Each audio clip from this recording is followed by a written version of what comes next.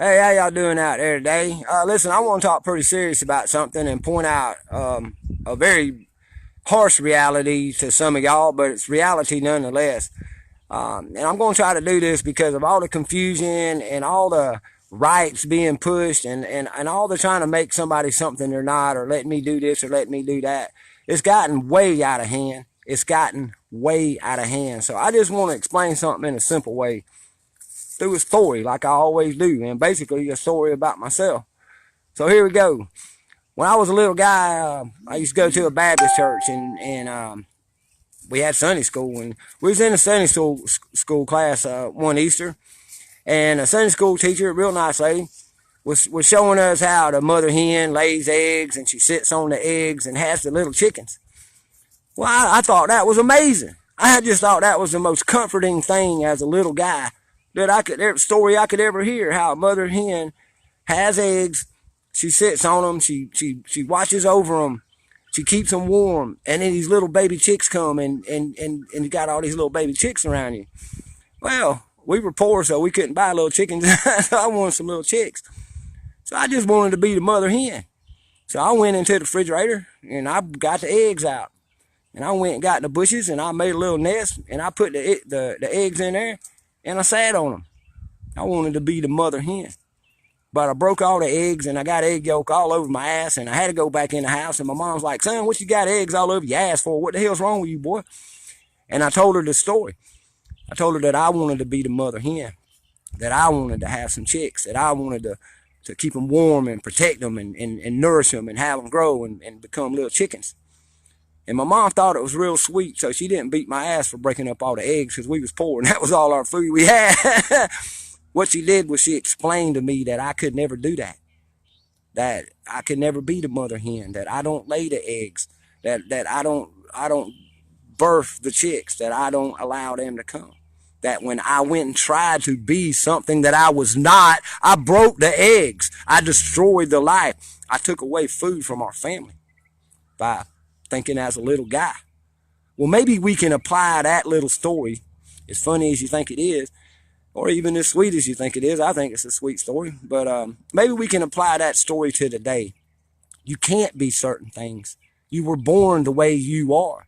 And it's not, see, you focus, and people today are focusing on more what they can't do because they're not like this group of people.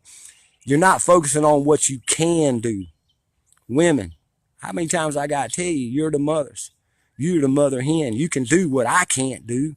So I am not your equal in that aspect. Men, there are certain things we can do that other people, that the women can't do. It's just that way, and it's designed by your creator to be that way. It takes both a man and a woman to make a baby. It takes a man and a woman to raise a child and to raise another strong adult. There's been other things in my life that I wanted to do, but it didn't fit me.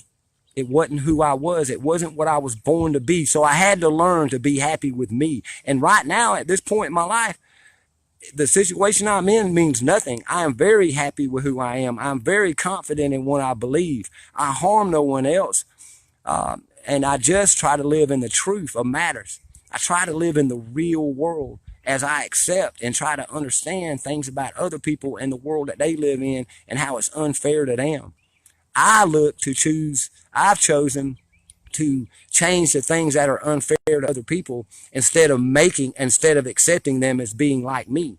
Because nobody's ever going to be like me. A man's never going to be a woman. A woman's never going to be a man. We got to get these things through our head, and there's nothing wrong with that. Weaker and lesser people have made it seem wrong.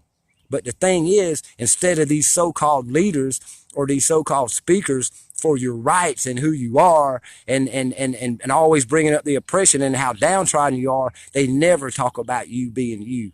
They never ask you to be yourself, to be happy with who you are. So that's why we got all this confusion, all the suicides, all the confusion on what we are sexually or what we are mentally or what we are politically or what we are religiously, when all along you could only be you. And that to me is the most fantastic thing in the world, that you can be the only you. Nobody can be like you, so why do you want to be like everybody else? Matter of fact, why do any of you want to be like anybody else?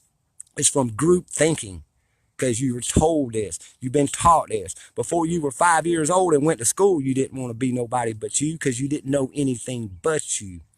You need to find that intelligence and brilliance in the natural realm and when we were children that you once held before the federal indoctrination program that you call school and the churches and the free-minded speaking people looking for equal rights when there's no such thing.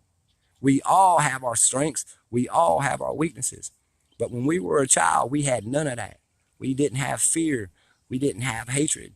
We didn't have bigotry. We didn't have racism. We didn't have sexism. Matter of fact, all we did was love life and discover who we were.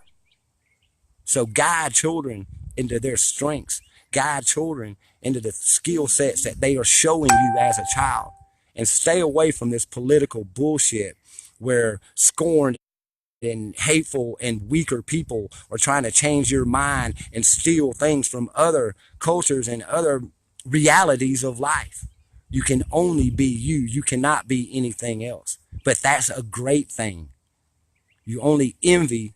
And why is envy in the list of the 10 Commandments? Huh? Now you get it? Because envy causes all this kind of stuff.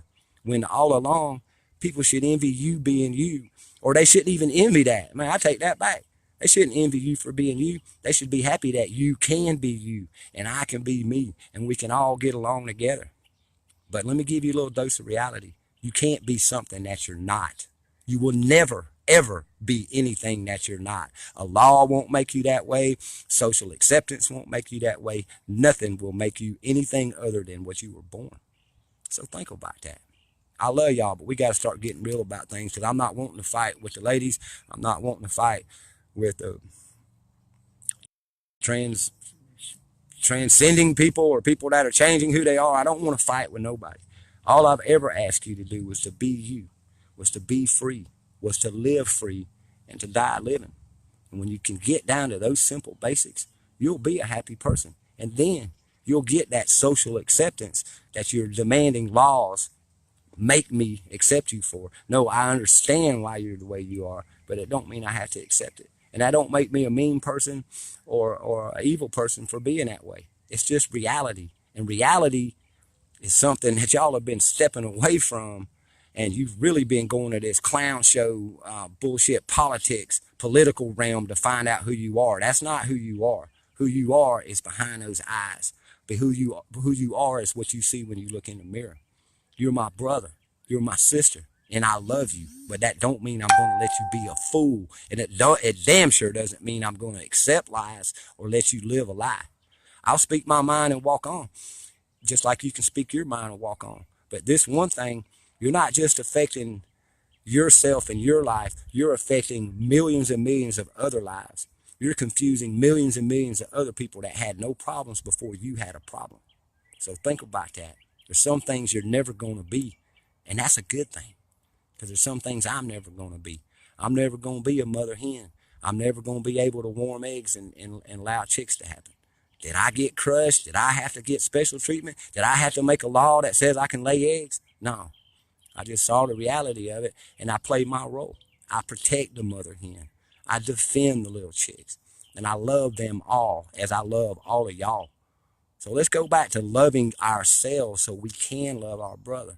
And then we can all love this planet and change it. Change the negative thoughts. But the negative thoughts are being put upon you right now by people you think have your best interest in mind when they're lying to you, telling you you can be something that you wasn't born being. You can't. That's reality. So think about the real part. And hey, there's nothing wrong with being you, like I said. So be you. But if you're happy with being you, then why do you got to have everybody else's acceptance? Nobody's happy with me being me pretty much, the way I look, dress, and smell. But I still am me. And I'm happy with that. And nothing anybody can say about me is going to change me. I don't want to be you. I don't want to be nothing like anybody else but me. But I do love being around y'all. You just make it difficult for me to be around you when you're so confused at who you are and you're trying to be something you can never be. So think about that. I love y'all. Peace. Be you. Be you. And never live in fear.